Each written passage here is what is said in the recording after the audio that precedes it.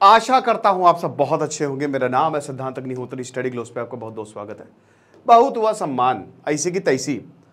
देखिए, भारत बहुत हो गया, चलाओ ऑपरेशन सर्प विनाश, ऑपरेशन ऑल आउट। ऐसी की तैसी करो, दौड़ा दौड़ा के मारो, इन सालों को छोड़ो नहीं, नंगा करके मारो इनको। और इतना मारो कि पाकिस्तान के सपने में भी भारत की आर्मी आए, कि अगली बार वो सोचे भी ना कि हाँ हमको हमला करना, तो सपने में भी बोले कि दौड़ा दौड़ा के नंगा करके मार रहे हैं। समझ रहे हो? तो इनको ऐसे मारना चाहिए। ये जाहिल को, गवारों को, अनपढ़ इन सालों को बहुत मारना चाहिए। फांसी पे लटका दो और पब्लिकली फांसी दो। समझ रहे हो? तो मैं ये बोल रहा हूं कि जो मिलिटेंट्स हमला कर रहे हैं ना, जम्मू में हमला, रियासी पे हमला किया इन्होंने, रियासी पे, और लगातार ये हमले कर रहे हैं पिछले 3 सालों में। जब से हमने सीज फायर साइन किया है, ये पाकिस्तान लगातार हमला करवा रहा है ना, ये बचेंगे नहीं। आप समझ रहे हो? इमरान खान को तो वैसे ही इन्होंने बर्बाद कर दिया है। वहां पे जनता की तो सुनते नहीं है, तो इनकी मिलिट्री आईएसआई मिल के जो है ऑपरेशन लॉन्च करती रहती है। मैं थोड़ा सा आपको टाइमलाइन दे देता हूँ, लेकिन उससे पहले मैं आपको बताना चाहता हूँ कि सबसे पहले हमारा आंसर राइटिंग परसों से लाइव क्लासेस शुरू हो जाएंगी। टेलीग्राम ग्रुप बन गया है दोस्तों, आप पे थोड़ा सा एक्टिव रहिए। वहाँ पे आपको लिंक जो है, जहाँ पे आपने कोर्स लिया है वहाँ पे आपको लिंक दे दिया जाएगा। साथ ही साथ वेबसाइट की अगर बात करते हैं तो वेबसाइट पे भी तो, और अगर जिनको नहीं मिला है तो वो हमारे हेल्पलाइन नंबर पे कॉल कर सकता है, या फिर वो व्हाट्सएप कर दे, वहाँ पे लिंक मिल जाएगा। तो वही आंसर राइटिंग ग्रुप को फटाक से अवेल करें। सिर्फ 600 रुपये का है। और सबसे बड़ी बात यह कि तुरंत आंसर कैसे लिखना है, कैसे फ्रेम करना है, सब कुछ आपको ये बताया जाएगा। चलो, और क्राइम अफेयर्स आज मैं बंटी चोर की कहानी बताऊंगा, तो उसको भी आप ज़रूर सब्सक्राइब करें। चलिए एक टाइमलाइन देख लेते हैं। 1990 में, 1990 में, भाई देखो, सीधा पाकिस्तान का ये था कि 26 जनवरी 1989 फैक्ट। बस हम क्या करने वाले हैं, हम भारत को कट कर देंगे, कश्मीर से भारत को कट कर देंगे, कश्मीर छीन लेंगे, हमारा कब्जा हो जाएगा। और वो एक ऐसा समय था, 1987 से लेकर 1990, 3 साल का जो पीरियड था ना, ये मिलिटेंसी का पीरियड था। कश्मीर में हालात बहुत ज़्यादा ख़राब हो रहे थे। और 1989 को हम सबको पता है कि क्या हुआ। जनवरी 1989 में वो 3 दिन जब कश्मीरी पंडितों का पलायन हुआ है ना, और कश्मीरी पंडित भागे छोड़ के, ये सब फर्जी बातें हैं। वो कश्मीरी पंडित खुद जो वहाँ पे भागे, वो खुद बताते अपनी आप बीती की कितनी बुरी हालत हुई। तो बहुत आतंकवादियों को पूरा कब्जा हो गया, किसी को मार दिया, किसी को पीट दिया, किसी को काट दिया, और इसमें बहुत सारे हमारे मुस्लिम भाइयों की भी जान गई। तो अब बहुत कुछ हुआ, लेकिन मेन बहुत खुश पाकिस्तान की, अब मजा आ जाएगा, बिट्टा कराटे से लेकर यासीन मलिक तक। उसके बाद 1990 में ऑपरेशन रक्षक लॉन्च होता है।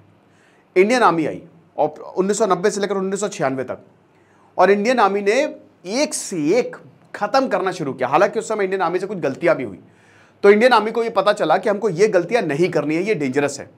ये गलतियां, क्योंकि बहुत इसमें बेगुनाह भी मारे गए, तो इंडियन आर्मी के ऊपर भी आरोप लगे। और उसके बाद इंडियन आर्मी ने उन ऑफिसर्स के खिलाफ कार्रवाई भी की। फिर इंडियन आर्मी को लगा कि हमको संभल के चलना, लेकिन 1996 तक चीजें कंट्रोल में आ गई थी इंडियन आर्मी के। अब उसके बाद हम ये देखते हैं कि ऑपरेशंस लगातार यहां पे होते रहे। फिर ऑपरेशन पराक्रम, क्योंकि देखिए 1996 के बाद आर्मी यहां पे रही, लगातार कश्मीर घाटी में रही। अब उसके बाद क्या हुआ कि 1999 में जैश, ये क्योंकि 1996 में ही काबुल मतलब तालिबान आ गया था, तो आतंकवादी सेंटर वहां शिफ्ट हो गए थे। पाकिस्तान का पूरा फोकस वहां पे, सपोर्ट करो। तो जैश ए मोहम्मद, लश्कर ए तैयबा, अल कायदा, ये सब मिलकर काम कर रहे थे। तो जैश ने बहुत ज्यादा हमले किए। 1999 को हमारा जो ICJ 841 हाईजैक किया, 1999 में कारगिल वॉर हुआ।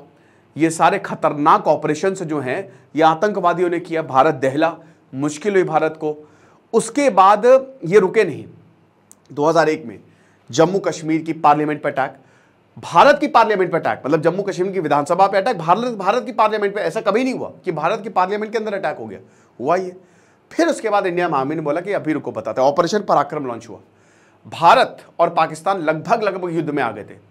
भारत के 8 लाख जवान बॉर्डर पे तैनात थे। ये तब हुआ जब हमारी पार्लियामेंट पे हमला हुआ, और हमला करने को तैयार थे, बस एक गो का इंतजार था। उधर पाकिस्तान धमकी दे रहा था, न्यूक्लियर कर देंगे। तो बेटा तुम्हारे न्यूक्लियर तुम समझ लो कहां घुसाएंगे हम, समझ रहे हो? तुम्हारे घर में घुस के मारेंगे न्यूक्लियर ना, इसी की तैसी फुग्गा बना के ढकोड़ा है। तो फिर इंडियन आर्मी लगभग, लेकिन उसको फिर बातचीत से मामले को शांत किया गया। फिर 2003 में एक ऐसा ऑपरेशन लॉन्च हुआ जिसने आतंकवादियों का सफाया कर दिया, और उसका नाम था ऑपरेशन सर्प विनाश। ऑपरेशन सर्प विनाश ये ऐसा ऑपरेशन था जो आतंकवादियों के लिए लॉन्च हुआ था। और लगभग 65 आतंकवादी मारे गए। हिजबुल लश्कर की कमर तोड़ दी। जैश वह सब दिखे नहीं, इधर उधर तितर बितर। उसके बाद 10 साल तक जैश सर नहीं उठा पाया। 2015 में फिर उसने हमला किया। आप समझ रहे हो, हालात इतने खराब कर दिए कि इंडियन आर्मी ने इस ऑपरेशन सर्पविनाश, फिर उसके बाद 2 और भी ऑपरेशन मैं बता दे रहा हूं। ऑपरेशन ऑल आउट लॉन्च किया गया। ऑपरेशन ऑल आउट 2017 में लॉन्च किया गया। 2016 में आर्मी ने बहुत काम किया भाई, बहुत काम। ऑपरेशन मेघ राहत, जब बहुत बुरी हालत हुई थी कश्मीर की, तो यही इंडियन आर्मी बचाने आई थी। 2014 में जो फ्लड्स आए थे, तो ऑपरेशन मेघ राहत। फिर ऑपरेशन काम डाउन, जो बुरहान वानी की मौत हुई थी 2016, उसके बाद ऑपरेशन काम डाउन लॉन्च किया गया था लॉ एंड ऑर्डर के लिए। स्कूल बनाए यहाँ पे, वुमेन एम्पावरमेंट सेंटर्स बनाए यहाँ पे, सुपर 30 सुपर 40 IIT के लिए कश्मीरियों को कि हम यहाँ पे कोचिंग देंगे, और बहुत कुछ किया यहाँ पे इंडियन आर्मी ने। मतलब आप ये समझिए कि पूरी ग्रिड सिस्टम तैयार किया और बहुत लोगों की मदद की है। समझ रहे हो, तो ये सारे ऑपरेशन, लेकिन सबसे खतरनाक ऑपरेशन जो था वो ऑपरेशन सर्पविनाश रहा। ऑपरेशन सर्पविनाश ने आतंकवाद का सफाया कर दिया यहाँ पे। मतलब आप ये समझिए कि बहुत ज्यादा मारा। आज इसी ऑपरेशन सर्पविनाश की जो है वो जरूरत है। ऐसे ही ऑपरेशन बहुत हुआ सम्मान, मैंने इसीलिए बोला कि ये जो जम्मू में बदतमीजियां कर रहे हैं ना, जरा सी हमने ट्रूप्स क्या हटाई, लद्दाख पे लगा दी, क्योंकि जम्मू पीसफुल रीजन है, तुम हमारे सर पे बैठ के नाचोगे। तो यहाँ पे जनरल NC विज जो है उस समय आर्मी चीफ थे, और northern command leadership of general Rustam Nanavati, इन्होंने ऑपरेशन सर्पविनाश लॉन्च किया था। मेजर जनरल GD बख्शी बताते हैं कि हमने इतना मारा था आतंकवादियों को, इतना मारा था कि हालत एकदम खराब। ये जो हिली एरियाज थे, स्पेशली हिलकाका, ये जो सुरनकोट, अब कल मैंने याद करिए इसी पे ही लेक्चर लिया था कि ये जो रोड है ना बहुत खराब है। एक्चुअली क्या हुआ कि BRA ने कॉन्ट्रैक्ट दिया, अब ये घाटी हो गई पीसफुल, जम्मू में अटैक होना नहीं, तो बहुत सारे प्रोजेक्ट अबैंडन हो गए। तो सबसे बड़ी बात, ये जो रोड खराब है ना, इसको तुरंत बनवाए, स्पेशली जो गांव की रोड है। तो यही सुरनकोट बाद में NH 144 से मिलती है जाके, ठीक है, जो कि मेन हाईवे है जम्मू कश्मीर का। तो यहाँ पे नानावटी ने जब इसको लॉन्च किया था, तो आतंकवादी यहाँ पे जो हिलकाका, ये पूरा एरिया है, यहाँ पे छुपे बैठे रहते थे। अब मॉडस ऑपरेंडी क्या था, डेंस फॉरेस्ट एरिया था, और ये कश्मीर की बात है, जम्मू में तो कोई दिक्कत भी नहीं है वैसे ही। तो ये सदर्न और साउथ ईस्टर्न जो पीर पंजाल है ना, पीर पंजाल के उस साइड है कश्मीर, इधर साइड साउथ में है आपका जम्मू। तो वहां पे भयानक जंगल। अब जंगल में आप कैसे मारे, रिज लाइन है, क्रॉस करके जो है वो आतंकवादी आ जाते थे। यहां सुरन रिवर बहती है, टेरेन बहुत मुश्किल थी, इतना आसान नहीं था इस ऑपरेशन को कंडक्ट करना। तब जब आतंकवादियों का सपोर्ट है, ठीक है, बहुत सारे अलगाववादी सपोर्ट कर रहे थे, कुछ लोकल सपोर्ट भी था, तो इतना आसान नहीं था। बहुत सारे रिजेस थे, नाला थे, नदियां थी, बहुत मुश्किल था। और ऊपर से बर्फ पड़ती है बेटा, बर्फ का क्या करोगे, ठीक है। अब माइग्रेशन देखिए, जैसे जब गुलमर्ग गया था, तो मैं जब गंडोला से ऊपर जा रहा था, तो मैंने हट्स देखे। ये है बकरवाल्स, कौन है ये, गुज्जर्स बकरवाल्स, ये यहाँ के ट्राइब्स हैं। अब ये चरवाहे हैं। बहुत ज्यादा बर्फ पड़ती है जब सर्दियों में, तो ये नीचे आ जाता है अपना घर छोड़ के, ठीक है ना, माइग्रेट करते रहते हैं। और जब गर्मी होती है तो ये वापस ऊपर चले जाते हैं। ये आतंकवादी इन्हीं बकरवाल्स, इन्हीं का ही फायदा उठाते हैं, क्योंकि देखिए इंडियन आर्मी सर्दियों में ऊपर जाती नहीं, ये वहां पे डेरा डाल के बैठ जाते हैं, इनके घरों में डेरा डाल के बैठ जाते हैं, इनसे खाना बनवाते हैं, सब कुछ। यहाँ पे क्रिकेट खेलते थे भैया, आतंकवादी को कोई डर नहीं था, यहाँ पे क्रिकेट खेलते थे। आप समझ रहे हो, तो जो सराउंडिंग विलेजेस या यहाँ पे, मतलब आप ये समझिए कि इन सब का फायदा उठाते थे। तो वही बता रहे हैं कि शेल्टर लेते थे और सब कुछ लेते थे, क्रिकेट खेलते थे यहाँ पे। और लश्कर तैयबा, जैश ए मोहम्मद, अल बदर, इन सब के आतंकवादी जो हैं यहाँ पे आते थे, सिक्योर फील करते थे कि हमारा कोई क्या ही उखाड़ लेगा। जैसे ही अभी हम यहाँ पे बैठे हो, आर्मी आने नहीं वाली, हमला करेंगे, जाके हमला करेंगे, लोगों को मारेंगे, यही होना है, भड़काएंगे। यहाँ पे जैसे ही ऑर्डर आएगा पाकिस्तान से, खेल खत्म करेंगे हम, ये बोलते थे। और सबसे बड़ी बात, यहाँ पे आपको कोई भी विंटर में कोई भी देखने को नहीं मिलेगा, क्योंकि इतनी इतनी तो बर्फ जम जाती है, और इसी का फायदा जो है ये उठाते थे, ठीक है ना। तो ये हिसाब किताब है। अब देखिए, ये टेररिस्ट ग्रुप का ये वाला पूरा का पूरा एरिया जो है वो अड्डा बढ़ गया था। 3 साल तक जो सुरनकोटे एरिया था, वो यहाँ पे आतंकवादी खूब आते थे, ठीक है। और जब ये फोर्सेस को पता चला, तो राष्ट्रीय राइफल्स को बुलाया गया, RR को बुलाया गया, ठीक है ना, रोमियो फोर्स RR की, उनको बुलाया गया कि मारो, खत्म करो इनको और ऐसी की तैसी कर दो। ये जो हिलकाका एरिया है ना, ये बड़ा डेंजरस है, और यहाँ पे आतंकवादियों का गढ़ है। तो 2003 में, जनवरी 2003 में ये इंफॉर्मेशन मिल गई थी आर्मी को, और फिर उन्होंने प्लानिंग शुरू कर दी। पर दोस्तों ये इतना आसान नहीं था। सबसे पहले तो आपको इसको क्लियर करना था ना, मतलब सबसे पहले क्या मेन टास्क तो यही था कि आप पूरे के पूरे एरिया को क्लियर करो, ताकि आतंकवादी जो है यहाँ पे रह ना पाए। अब यहाँ पे 100 के करीब आतंकवादी थे, बहुत तो भाग गए डर के मारे। तो बहुत सारे आतंकवादी थे, कुछ को 3 को गिरफ्तार किया गया था, बाकी सबको मार दिया गया था, ठीक है ना। तो अब ऑपरेशन पराक्रम जो है वो जस्ट खत्म ही हुआ था अक्टूबर 2002 में। तब नानावटी ने डिसाइड किया कि बहुत हुआ, सम्मान, सुरनकोटे और बाकी हिलकाका को इसको सिक्योर करो, और ये तभी होगा जब हम सर्दियों में घुस के मारेंगे, क्योंकि यहां पे यहीं से ही आतंकवादी सेंटर बन गया है इनका, ठीक है ना। सीजनल माइग्रेशन सिविलियन पॉपुलेशन का होता है अपने लाइफ स्टॉक के साथ, और इसको हम समर में, इस बार ये लोग नहीं जाएंगे, आर्मी जाएगी, समझ रहे हो। ये सर्दियों में माइग्रेट कर गए बकरवाल्स, तो इस बार वापस ये नहीं जाएंगे, हम जाएंगे इनके घरों में जो यहां पे रह रहे हैं ना। तो सीएम ने प्रपोजल्स को देखा, बोला कि यार देखिए मुश्किल है, कैसे होगा, इतना आसान नहीं है। लेकिन फाइनली भाई देखिए पॉलिटिक्स थोड़ा सा कहती कि यार ये छोड़ दो, नहीं करते हैं, अब कश्मीर में भी वोट तो चाहिए ही चाहिए। लेकिन यहाँ पे आर्मी ने बोला कि नहीं और कोई चारा नहीं है, तो फिर इनको एग्री करना पड़ा। तो सिविलियन गवर्नमेंट जो है इनका आपको अरेंजमेंट करना पड़ेगा। फिर जितनी भी भाई स्टेप 1 तो यही है कि इस बार आप जो बकरवाल से अच्छी खासी पॉपुलेशन है, वहाँ पे चरवाहे हैं, वो ट्राइबल्स हैं, तो उनको समझाना पड़ेगा और उनको कॉम्पनसेट करना पड़ेगा और उनको चारा देना पड़ेगा, ताकि वो अपने मवेशियों को उनका जो है वो ध्यान रख सके। 1 मिनट रुकिएगा जरा, ओके, ठीक है ना। तो अपने मवेशियों का जो है वो ध्यान रख सके। तो ये सारी चीजें जो हैं ये इनको करनी पड़ेगी। और फिर जब ये सब हो गया, सरकार ने सबको सुनिश्चित कर लिया, सबको बोतल में उतार लिया कि हाँ भैया तुम्हारा ख्याल हम रखेंगे, लेकिन आर्मी को अभी तुम्हारे घरों को यूज करने दो। तो ये मान गए, और वैसे भी हमेशा के लिए तो ऐसा है नहीं कि तुम्हारे घरों को हम यूज करेंगे। तो टास्क दिया गया 16 कॉर्प्स को। देखिए आरआर को ये दिया गया था, राष्ट्रीय राइफल्स को, लेकिन थोड़ा सा मुश्किल था। आरआर यहां पे एक तो इसलिए क्योंकि आरआर को और भी बहुत सारे टास्क दिए गए थे, तो इसीलिए बोला कि आरआर को ना देके हम 16 कॉर्प्स को ये देते हैं, ठीक है ना। अब देखिए जो रोमियो स्क्वाड था, है ना, ये तो यहां पे काम कर ही रहा था, और मेजर जनरल एचएस लिडर के कमांड में ये पूरी कॉर्प्स जो है वो जा रही थी। जो मेजर जनरल लिडर हैं वो इसको जो है वो कमांड कर रहे थे।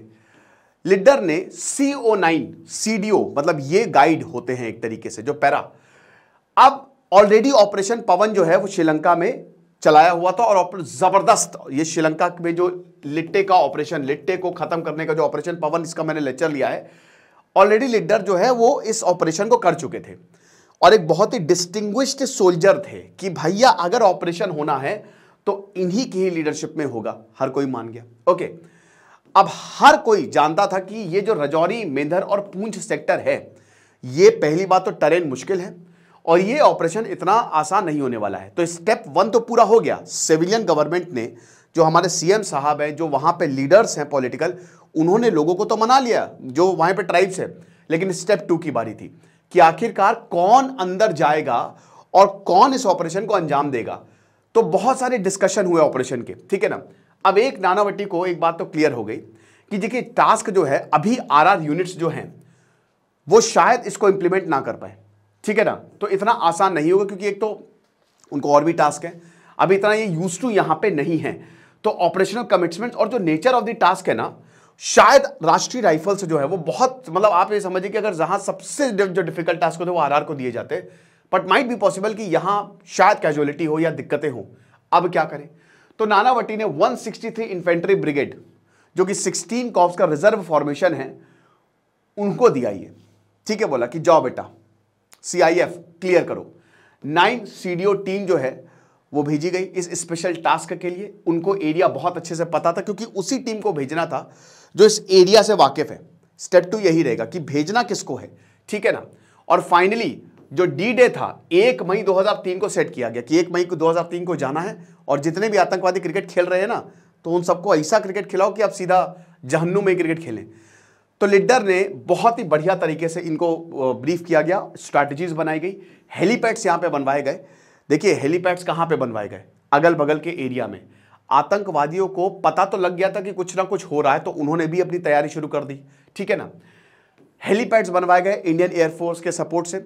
ऑपरेशनल ट्रैक्स बनवाए गए, जैसा कि हमने बताया कि सबसे इंपॉर्टेंट होता है रीइंफोर्समेंट, लॉजिस्टिक्स। और उसके बाद वही है कि जो इन्फेंट्री है, जो मतलब बहुत बढ़िया तरीके से ऑपरेशन हो, तो एक फॉर्मल ट्रेनिंग की भी यहां पे जरूरत होगी, वो भी करवाई गई। इंटेलिजेंस कलेक्शंस, लोकल्स को पकड़ा, सिर्फ OGW यहाँ पे ओवरग्राउंड वर्कर्स खाली आतंकवादियों के लिए काम नहीं करते, यहाँ पे सबको पकड़ा भाई, वो पैसे के लिए काम करते हैं। बोला कि बताओ भैया कहाँ पे है, तो एक टीम बनाई गई, ठीक है ना। और उसके बाद स्टेप 2 जो है वो डिसाइड हो गया कि कौन जाएगी, और उसके बाद फिर स्टेप 3, अब इंप्लीमेंटेशन एग्जीक्यूशन की बारी है। तो प्लान सिंपल था, कुछ नहीं करना है, जो CDO है वो जाएंगे उस एरिया में और रात में जाएंगे, डिफरेंट डायरेक्शन से जाएंगे और जो भी आतंकवादी वहां पे उनको उड़ाएंगे एक बेस को, क्योंकि बहुत सारे आतंकवादियों के बेसेस थे। जैसे एक जगह आतंकवादी जो है वो 8 से 10 आतंकवादी सिक्योर कर रहे थे, फिर थोड़ा आप ऊपर जाओगे तो दूसरी जगह आतंकवादी थे, ऊपर जाओगे और, तो आतंकवादी अपना डेरा जमा के बैठे थे। तो बस जाना है, उनको मारना है, उसको सिक्योर करना है और आगे बढ़ते जाना है, और तब तक आगे बढ़ते जाना है जब तक एक एक आतंकवादी जो है वो खत्म ना हो जाए। समझ रहे हो? तो बस यही था कि इन एरियाज को हर हाल में हमको सिक्योर करना, क्योंकि यही मेन पॉइंट है, यहां से जो है वो आतंकवादी जो है वो आते हैं। ओके, अब उसके बाद HQ-15 कॉर्प्स ये इंश्योर करेगी कि इस्टेब्लिशमेंट भी हो, मतलब जो स्टॉप्स लेगी आर्मी उसका होता रहे, और यहां पे सप्लाई की प्रॉब्लम ना हो। कुछ भी हो, अगर मान लीजिए कोई कैजुअलिटी भी होती है या कोई चीज की जरूरत भी है, तो सप्लाई जो है वो आती रहे, ठीक है ना, और आतंकवादी भी एस्केप ना कर पाए। तो पैरामीटर ऐसा बनवाएंगे ना कि हर तरीके से आतंकवादियों के रास्ते ब्लॉक। इस बार कोई रियायत नहीं बरतेंगे हम, सिर्फ मारेंगे हम, ठीक है। रिजल्ट्स आपके सामने थे। अब देखिए, जो ऑपरेशन है 1 मई 2003, एक हफ्ते पहले ही कंप्लीट हो गया। अब यहां पे जब क्वेश्चंस पूछा गया, जॉर्ज फर्नांडिस उस समय डिफेंस मिनिस्टर थे, ठीक है ना। गजब की कहानी जॉर्ज फर्नांडिस की भी, क्या जबरदस्त नेता थे ये, क्या जबरदस्त नेता है ना, बीजेपी के, उस समय बीजेपी सरकार थी। तो जॉर्ज फर्नांडिस ने पार्लियामेंट में क्वेश्चन का आंसर दिया। अब देखिए क्या उन्होंने बोला जब क्वेश्चन पूछा गया था इनसे पार्लियामेंट में, कि जो ऑपरेशन सर्प विनाश है, ट्रूप्स जो है उनको मूव किया गया मार्च 2003 के पहले हफ्ते में, और ऑपरेशन हिलकाका इसको 21 अप्रैल 2003, अब 1 मई से पहले ही लॉन्च कर दिया गया। 1 वीक ऑपरेशन, देखिए कितनी शानदार तैयारी है। ऑपरेशन की डेट जो थी उससे पहले ही ऑपरेशन कर आके खत्म, ये हिसाब किताब। तो ऑपरेशन ने क्या हुआ, इतना मारा आतंकवादियों को, उनको संभलने का मौका ही नहीं मिला। 65 आतंकवादी मार दिए गए। जो 119 हाइडआउट्स है जहां पे छुपे रहते हैं उनको बस्ट किया गया, अच्छा यहां पे छुप के ये हमला करते हैं। 79 मेजर वेपन्स, सबके सब पाकिस्तान चाइना, वो रिकवरी हुई। लार्ज क्वांटिटीज वॉर लाइक, जैसे होता है ना युद्ध के लिए तैयारी करके पूरा पाकिस्तान ने भेजा है, ऐसे स्टोर्स मिले। और सबसे बड़ी बात, हमारे 5 आर्मी और पर्सनल जो है वो वीर गति को प्राप्त हुए। अब ये बहुत दुखद था, लेकिन कैजुअलिटी ना के बराबर हुई। 5 हमारे जो हमारे जो सैनिक थे वो घायल हुए, लेकिन 65 आतंकवादियों को मारा गया, और बहुत मारा। मैंने बताया ना कि संभलने का मौका ही नहीं मिला। जहां दिखे वहां देवर टोटली किल्ड। दहशत फैल गई आतंकवादियों में, दोबारा आए नहीं। यहां पे हर किसी को अपनी जान प्यारी है, तो दोबारा आए नहीं। अब 20 साल बाद, मतलब आप ये समझिए कि जो आतंकवादी संगठन जितने भी थे ना, उनकी गिग्गी बन गई, पैंट गीली हो जाती थी रात में कि भाई हमको कहीं ना मार दे घुस के। तो आप ये समझिए कि दोबारा हमको यही चीजें देखने को मिल रही है। तो इसी तरीके के ऑपरेशंस की जरूरत है। आपने देखा कि किस तरीके के हमले हो रहे हैं, है ना। कभी हमारे 5 जवान वीरगति को प्राप्त हो जाते हैं, कभी 4 जवान वीरगति को प्राप्त हो जाते हैं। अभी जो लास्ट में डोडा में हुआ, अभी परसों, वो हमने कवर भी किया था। अब अथॉरिटीज बताती है कि अभी इस बार भाई देखो टेक्नोलॉजी का ही सहारा ले रहे हैं। इनको ट्रेस करना थोड़ा मुश्किल होता जा रहा है। जो टोपोग्राफी है वो इतनी आसान नहीं है, जंगल डेंस है। टेक्निकल सपोर्ट की मदद हम ले रहे हैं, लेकिन इतना आसान नहीं है, ठीक है ना। लेकिन दोस्तों मुझे लगता है कि इस तरीके का ऑपरेशन दोबारा से चलाना चाहिए, ताकि आतंकवादियों को उनकी नानी याद दिलाई जा सके, और ये बताया जा सके कि अगर तुम हमला करोगे ना तो फिर बेटा बचोगे नहीं, तुम्हारी ईंट से ईंट बजा देंगे। आपको क्या लगता है, आप मुझे कमेंट बॉक्स में जरूर बताइएगा। बाकी आप हमारे कोर्स को जरूर अवेल करें, क्योंकि 20 जुलाई से क्लासेस शुरू हो रही है। Thank you so much.